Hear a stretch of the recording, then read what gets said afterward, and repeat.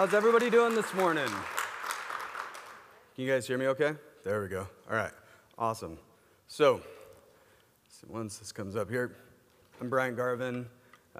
We're based out in Utah, which is a really funny place for a mattress company to be based. But one of the things that's really cool that I love is when I started at Purple, right at the very beginning there, is that we had about 45 employees, 45 to 50 employees. We're now over 900 employees in a little over 2 years. And a lot of that's manufacturing jobs where we actually make the mattresses and stuff right there in Utah, which is pretty freaking cool. So a little bit about me. Family is everything to me, like literally. It's the whole reason why I do everything that I do. Beautiful wife up there is the reason why I'm able to even be here right now, right? Watching those awesome kids of mine. This is also to get you guys hyped up a little bit. This is my theme song. Everybody's hands go up. Why are your hands not? And they stay there. Thank you. Anyway, so also about 5 years ago, this was a picture of me. I had hair back then. Actually, I'm down about 175 pounds. That's one of the things that I'm most proud of is being able to do that over the last couple of years. So some of the news that we've gotten in press over the last year or so, and some of the growth. Anybody in here ever use Google Trends? Okay. There's the company that started a couple years before us in the blue, and there's us in the red. If you look at just the last 12 months, though, it's even more impressive. Now the chart is indexed off of Purple instead of Casper for brand search. Pretty freaking amazing, right?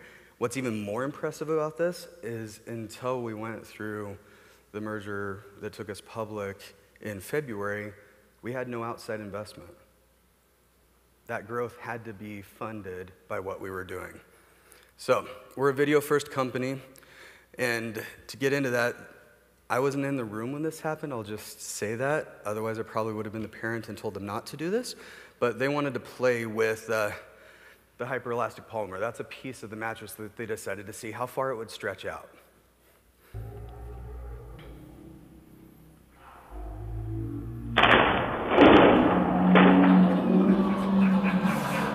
Yeah.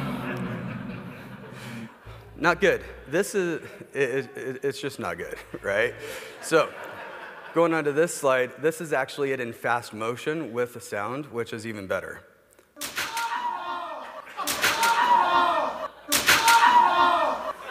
So, we try and have fun in the office. That was not expected. But we did find out how far you can stretch it before it breaks. And that piece of material was only about this big, but it was stretched about 40 feet, and then it goes right back, as you notice, to its original position. So, whoops, oh, playing again. So many emotions, right?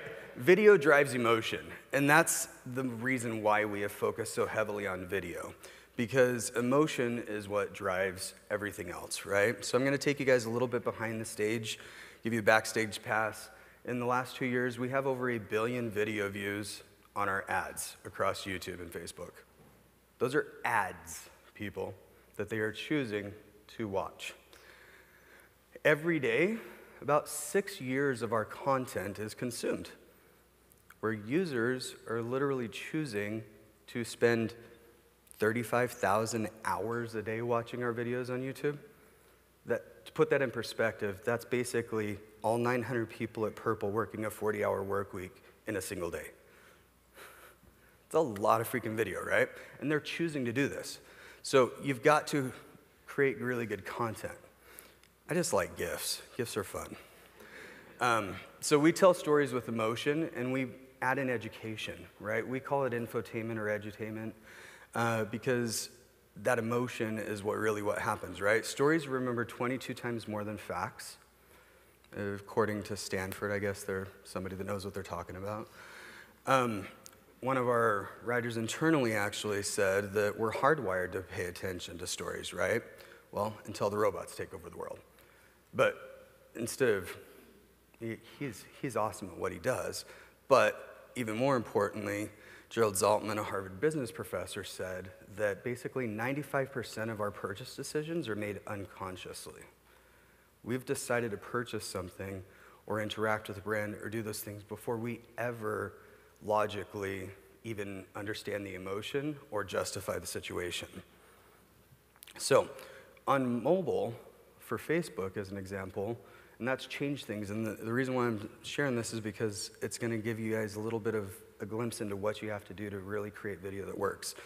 When when a normal ad that's shared in the newsfeed by a friend or whatever autoplays, it plays for about 16.7 seconds.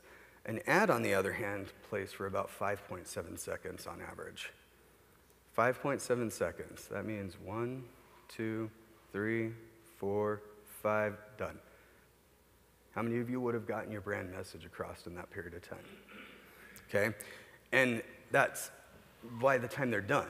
But in reality, you've got about 2 seconds to make an impact for them to unconsciously or subconsciously decide to stop scrolling and watch your video for hopefully longer than 5.7 seconds, or to not hit the skip button on YouTube, right?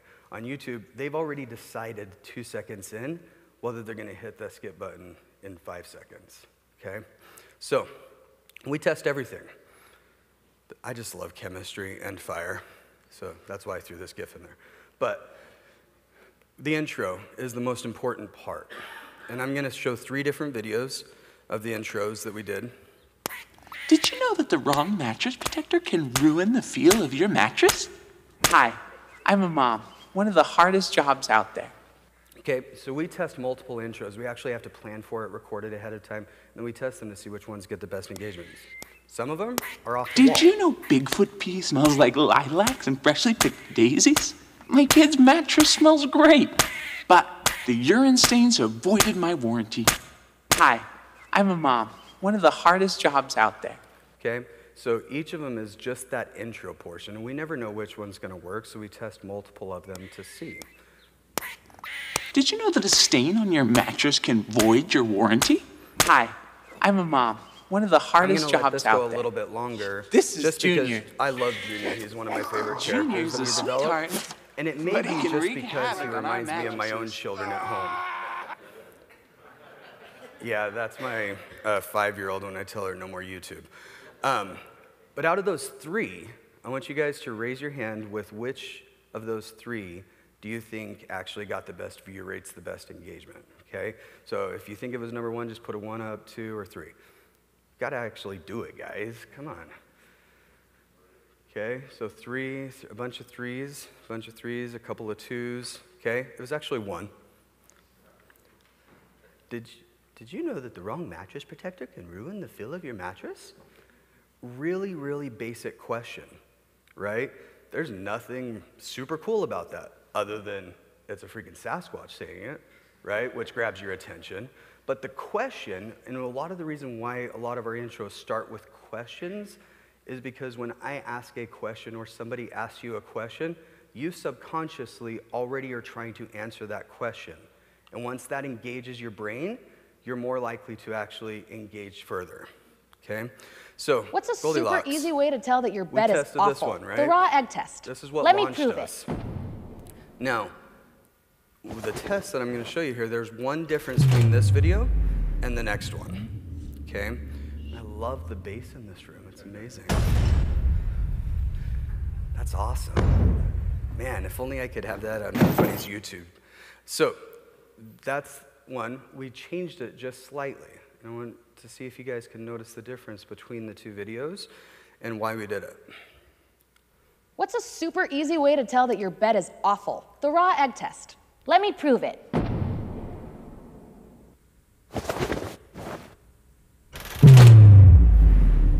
Well, that's even better bass. I like that. Okay. Can anybody tell me what the difference was between those 2? Nope. Here, I'm going to go back really quick. That logo in the bottom right-hand corner is the only difference between those videos. Okay? We had ran this for about 17 months before, and this is based off of, you know, the Harmon Brothers video things, where they don't really they do the problem, they do all the setup, they show all of the issues, and then they introduce the actual brand about 2 minutes in. Problem is, our average watch time on YouTube was less than 2 minutes. So when I would explain to people, hey, I'm from Purple, and they're like, Purple? I'm like, the mattress company, and they're like, I don't know. I'm like, Goldilocks smashing, oh yeah. They knew the video, but they didn't know the brand. And so what we did is we actually tested that. We ran a brand lift study on YouTube, where if you spend a certain amount of money over a certain amount of time, you can have a control and test group, and you can actually see the lift in brand search, not just awareness or ad recall.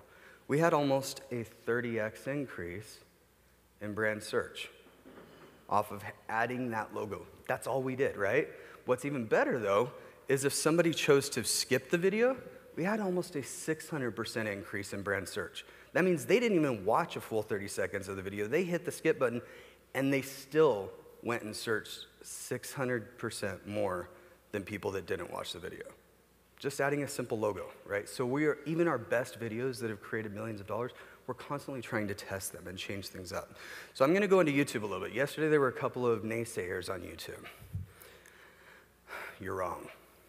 I'm just gonna say it, you're all wrong if you don't like YouTube. Okay, has over 1.5 billion users. There's over 1 billion hours of video watched every single day on the platform. Okay, 68% of people use this channel to make purchase decisions. Anybody in this room sell anything? Just a few of you? You're in the wrong room. Okay, almost 7 out of 10 people go to YouTube specifically to figure out what the hell to buy.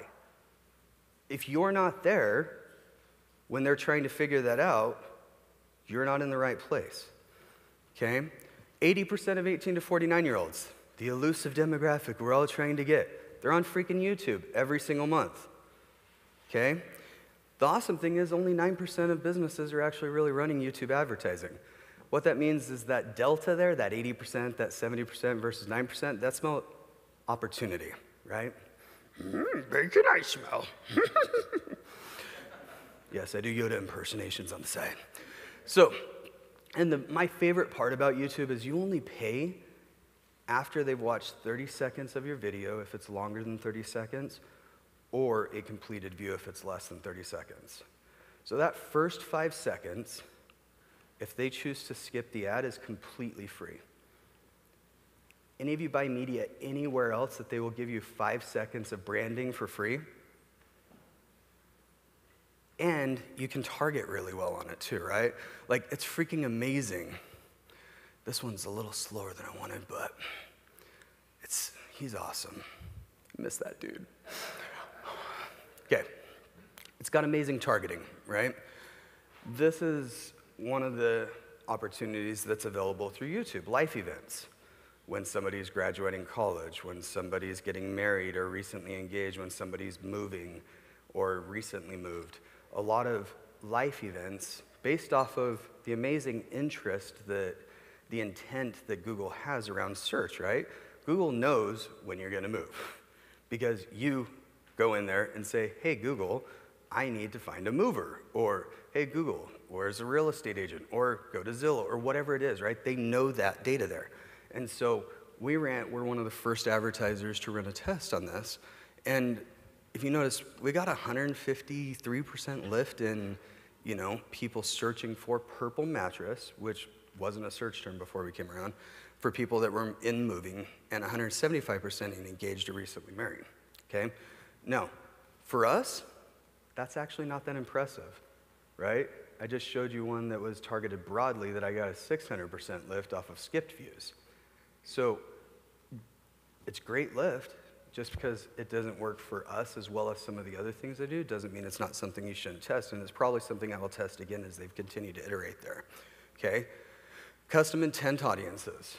This is in the new AdWords interface, and I'm showing you this because essentially what this allows you to do is when somebody goes out there and searches memory foam mattress or buy a mattress online, Google's capturing that data, right? You can now actually run YouTube videos to people that have done exactly that. You can put in a list of all your keywords there. You can run ads against them. And what's beautiful about that? You're the only ad, right? You don't have 4 other links there or a bunch of shopping ads there to capture your attention.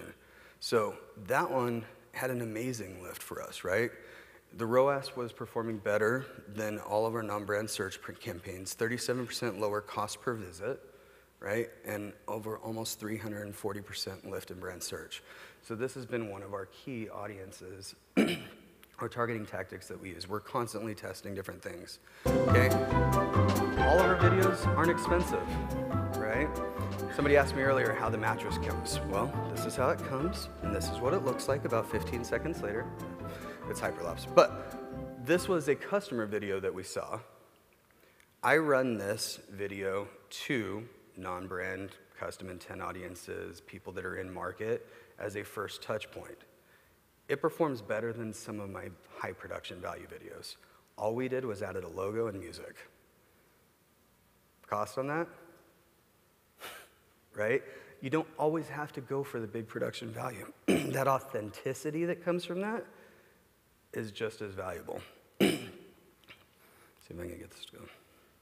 So we've also done some YouTube masthead takeovers. Anybody in here ever done a YouTube masthead takeover before? No? A couple of you? Okay. One of the things that I found is that brands, no matter how big you are, tend to still do it wrong. Whoops. Can you play that for me?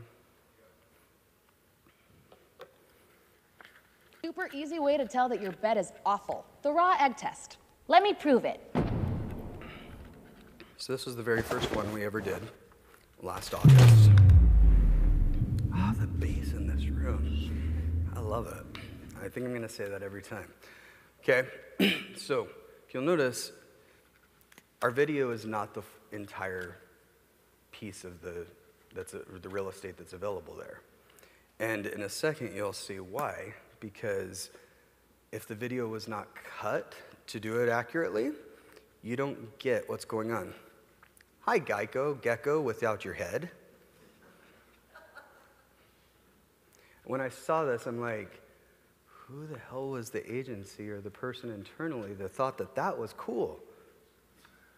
Well, we got the whole real estate. Yes, and you kept cutting off his head.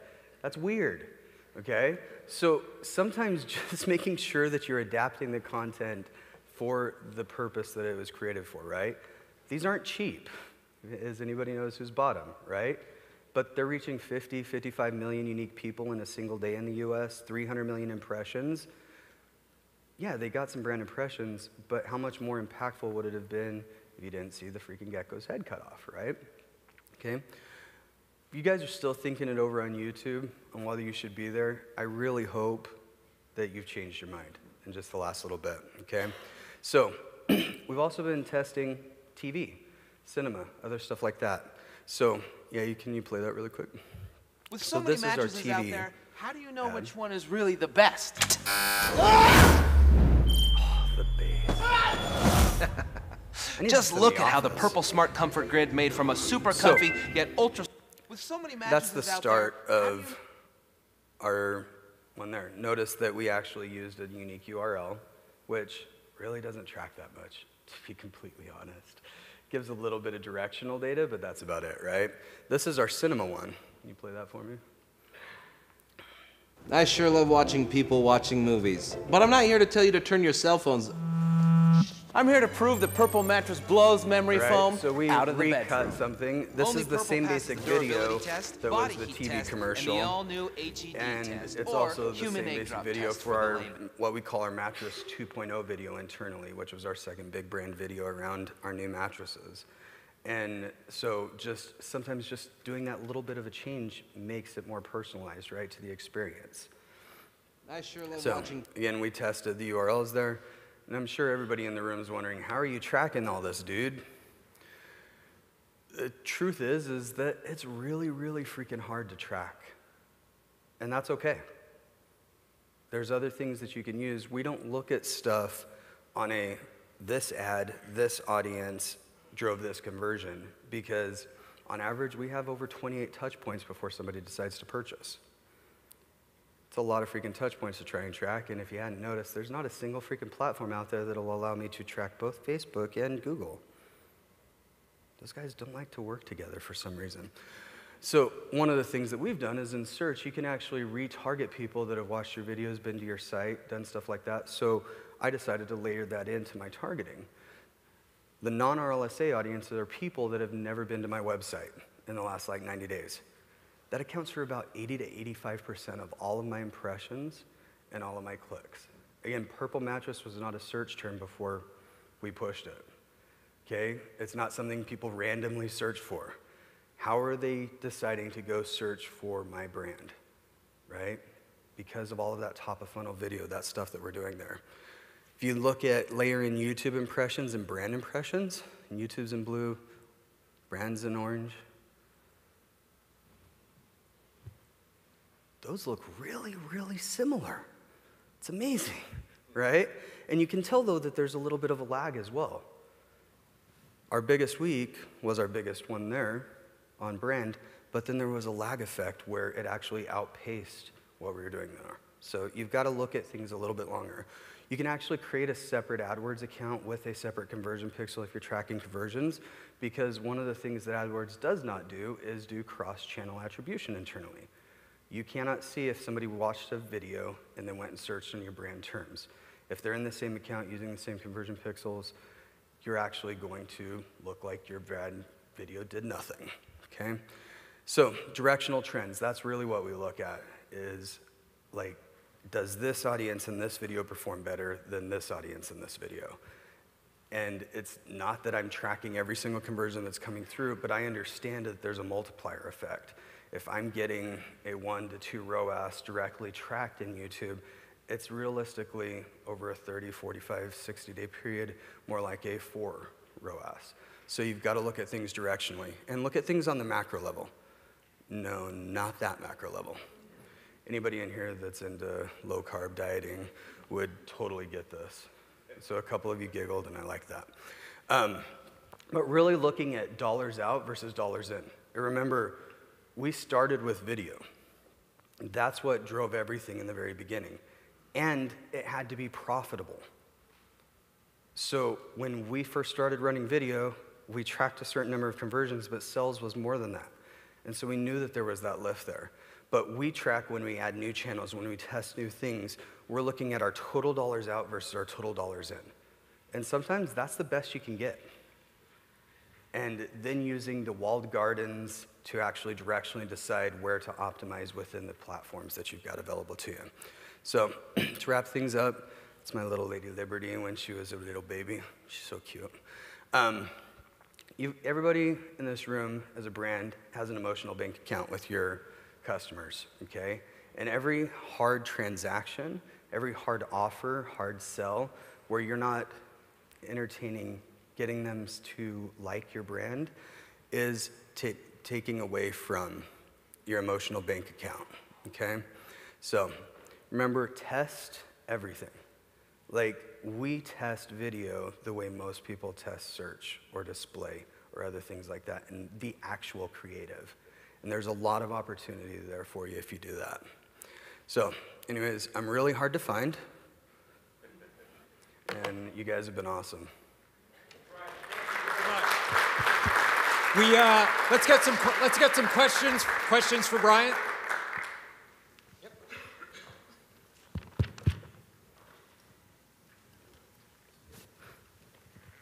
Oh, hi, Joe Manducci from Media Post.